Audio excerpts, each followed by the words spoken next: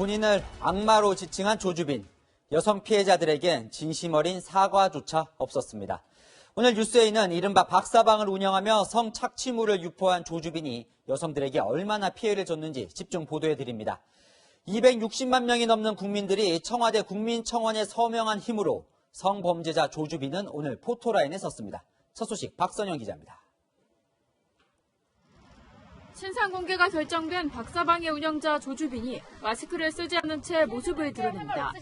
취재진의 질문에 준비된 답변만 했습니다. 저에게 피해를 입은 모든 분들께 진심으로 사죄의 말씀을 드립니다.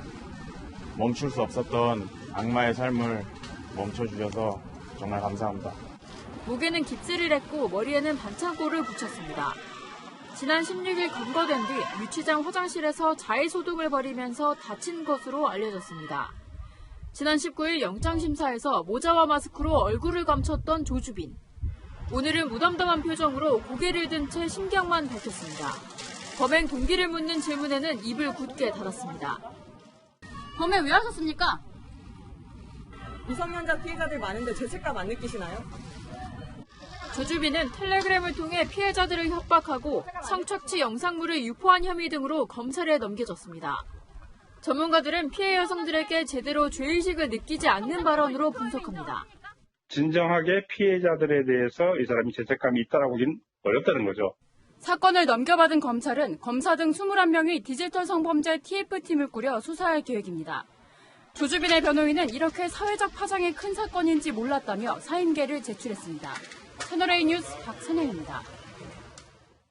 속속 드러나는 박사방 운영자 조주빈의 범행 수법은 정말 박사급이었습니다. 자신의 존재를 철저히 감춘 채 범죄 수익을 챙겼는데요. 거래대금은 추적이 어려운 가상화폐를 이용했고 현금을 받을 땐 이런 소화전을 활용해 의심을 피했습니다. 김재혁 기자입니다. 조주빈이 운영한 박사방 입장의 대가로 주로 사용된 가상화폐는 익명성이 강한 모네로였습니다. 송금액과 송금한 주소도 알 수 없어 다크코인으로 불립니다.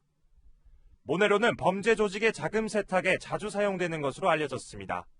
자금 세탁을 이용한다던가 해외 불법 사이트를 이용하려는 과정에 필요하다든지. 조주빈은 박사방 회원들과 직접 거래하는 대신 가상화폐 대행업체를 통해 입장료를 받았습니다. 회원들이 대행업체에 현금을 지불하면 업체가 대신 구입한 모네로를 회원들에게 전달했습니다.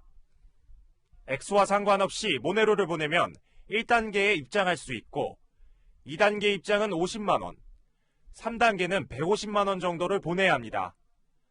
조주빈은 모네로를 현금으로 바꾸는 과정에서도 철저히 신분을 숨겼습니다. 박사방 운영자 가운데 환전 담당과 현금 전달 역할을 각각 지정했습니다. 한 사람에게 가상화폐 거래소에서 모네로를 현금으로 바꿔 조주빈의 지인 집 인근 소화전과 같은 특정 장소에 돈을 두고 가도록 지시했고 다른 사람이 이 돈을 찾아 조주빈에게 보낸 것으로 알려졌습니다. 지난 20일 조주빈이 구매 대행을 맡긴 거래 대행 업체를 압수수색한 경찰은 회원 명단을 확보해 범죄 수익 흐름을 추적하고 있습니다. 하지만 경찰이 확보한 계좌에는 돈이 거의 남아있지 않은 것으로 확인됐습니다. 경찰은 조주빈이 이미 현금으로 바꿨거나 또 다른 가상화폐를 이용해 빼돌렸는지 추적 중입니다. 채널A 뉴스 김재혁입니다. 조주빈은 어린이집에 다니는 아동을 살해하려 했던 혐의도 받고 있는데요. 더 소름 끼치는 건 조주빈과 살해 음모를 함께했던 공익근무요원, 구청에서 어린이집 지원 업무를 맡고 있었습니다. 심지어 N번방의 운영진이었습니다. 사건의 전말을 정현우 기자가 보도합니다. 지난 2018년 수도권 병원에서 사회복무요원으로 근무하던 강모 씨는 30대 여성을 상습 협박한 혐의로 징역 1년 2개월형을 선고받았습니다. 자신을 만나주지 않는다며 집에 찾아가 협박 문구를 붙여놓는가 하면 살인을 청부하겠다는 잔혹한 메시지까지 수차례 보냈습니다. N번방 운영진이었던 강 씨는 지난해 3월 출소했습니다. 이후 조주빈과 함께 무서운 계획을 세웁니다. 자신이 협박했던 여성의 딸을 살해하자는 음모를 꾸민 겁니다. 청부 살해의 대가로 400만 원을 건네면서 여성의 딸이 다니는 어린이집 주소까지 알아내 전달했습니다. 강 씨가 주소를 알아낼 수 있었던 건 출소 후 구청 사회복무요원으로 다시 배치됐기 때문입니다. 그것도 보육지원팀에서 어린이집 지원 업무를 맡아 손쉽게 개인정보에 접근할 수 있었습니다. 이번에 알게 됐습니다. 자리를 비운 사이에 그렇게 된 거로. 구청 측은 병무청으로부터 강 씨 전과에 대해 전해 듣지 못했다며 인원이 필요한 부서에 배치했을 뿐이라고 해명했습니다. 강 씨는 성착취 영상물을 촬영하고 N번방에 유포한 혐의로 지난 1월 또다시 구속됐습니다. 채널A 뉴스 정현우입니다. 방금 보신 이 공익근무요원뿐 아니라 조주빈과 함께 박사방을 운영했던 공범 중에는 지방 공무원도 있어 충격입니다. 경찰이 박사방 N번방 회원들을 쫓기 시작하자 이들은 흔적 지우기에 나섰습니다. 공태현 기자입니다.